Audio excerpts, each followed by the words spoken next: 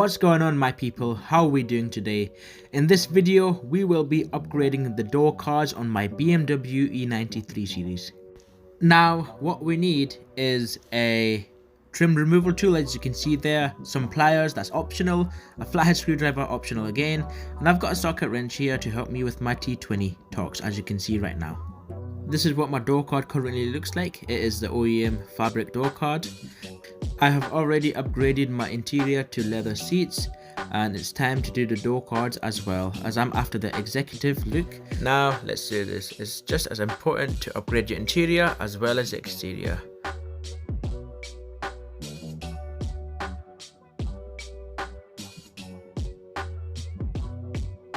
Now I've started off with the front passenger side. What I'm doing right now is removing the trim to expose the screws that's underneath here, the T20 screws that is holding the door card securely. So I'm removing the handle trim with a trim removal tool. These are the T20 bolts that are securing the door card on here, and yeah, we're just gonna get straight to it, nice and easy.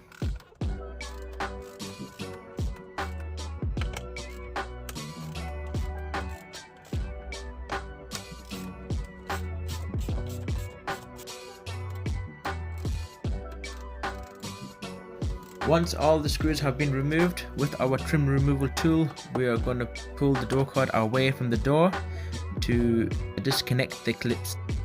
Once door card is removed from the door, it will be hanging from the door handle mechanism and the wire that plugs into the speaker, and also the wire that plugs into the window switch.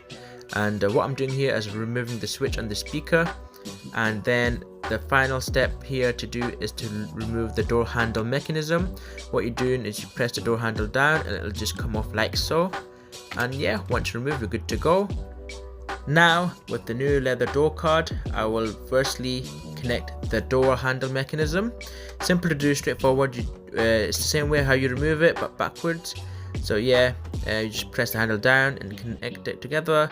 Here, don't forget, you have a footwell light that will need reconnecting, and then the other two wires remaining would be one for the speaker and the other for the window switch.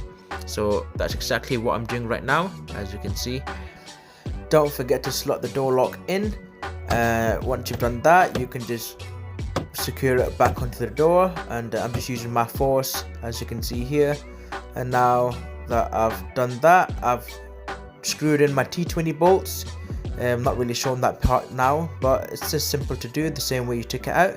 Once you've done that, as you can see here, I'm just finishing off by securing the trims back onto the door card. And yeah, it's the same step on the other side, so I'm not going to show the driver's side, but it's the same procedure.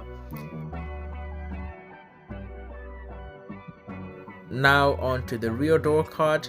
The same thing, it's similar. What I'm doing first is removing the trims so that I can get access to the T20 screws that is holding the door card in place. And yeah, I'm just using a bit of force here, and once the trims are out, again using a T20, I've got my socket wrench here. I'll be removing the bolts. I found it easier using a plier to remove the bolts, as they're quite deep inside.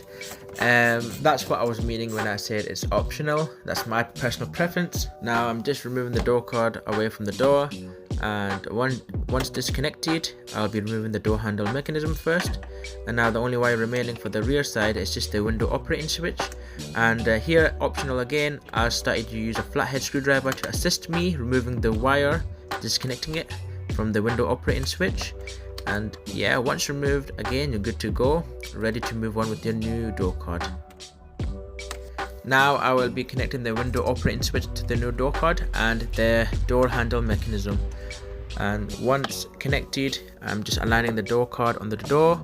And as you can see on the left hand side, you can just see my little lock mechanism hanging down. You'll see me here just aligning it back into the slot. And once aligned, just secure it, use force. You're gonna have to press the way I did.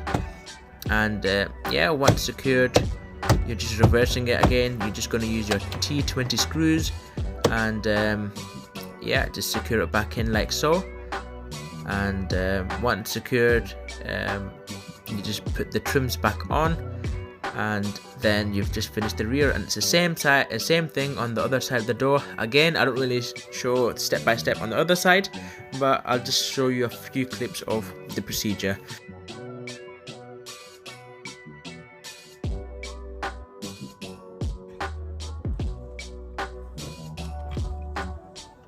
I have to say, guys, it looks stunning. Definitely gives my car a more executive look and an executive feel. So yeah, I'll be happy driving this around and, you know, going out and having passengers, and it'll just feel good. It feels great working on the interior as well as the exterior, because at the end of the day you'll be spending most of your time inside. So yeah, it's always good to have a comfy, sporty looking car. And if you enjoyed this video, don't forget to like, subscribe, and if you haven't already, check out my leather seat installation video. Link will be in the description and also on your screen right now. And yeah, don't forget to share that. Please follow my social medias on TikTok, Snapchat, Official Big Huss. Peace.